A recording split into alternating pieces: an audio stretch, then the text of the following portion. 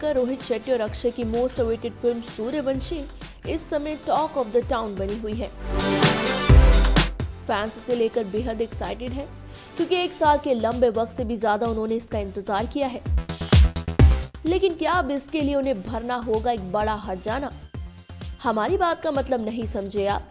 कोई बात नहीं, हम बता देते हैं। दरअसल अब सूर्यवंशी जैसी बिग रिलीज को लेकर फिल्म के मेकर्स और एग्जीबिटर्स में एक तनातनी सी खिंचती नजर आ रही है।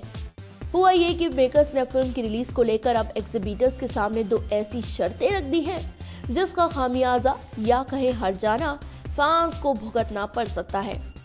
रिपोर्ट्स के मुताबिक रोहित शेट्टी और को प्रोड्यूसर रिलायंस एंटरटेनमेंट ने थिएटर मालिकों के सामने 70% रेवेन्यू की मांग की है।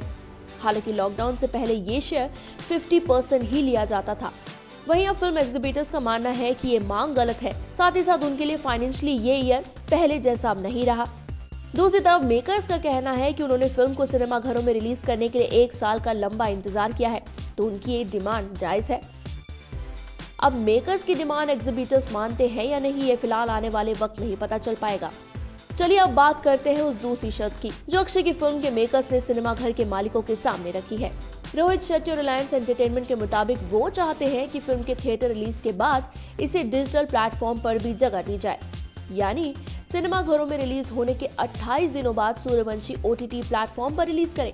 हालांकि इससे पहले किसी भी फिल्म को पर्दे से डिजिटल तक आने के लिए 8 हफ्तों तक रुकना पड़ता था, लेकिन सूर्यवंशी के मेकर्स इतना लंबा इंतजार नहीं करना चाहते और फिल्म को जल्द ही रिलीज देना चाहते हैं।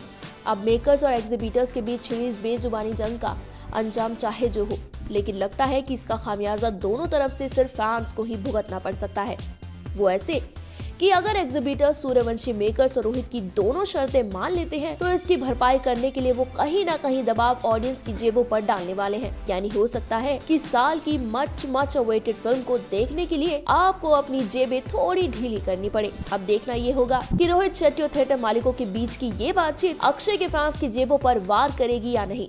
फिलहाल आप बताइए कि आपको क्या लगता है, नीचे कमेंट सेक्शन में।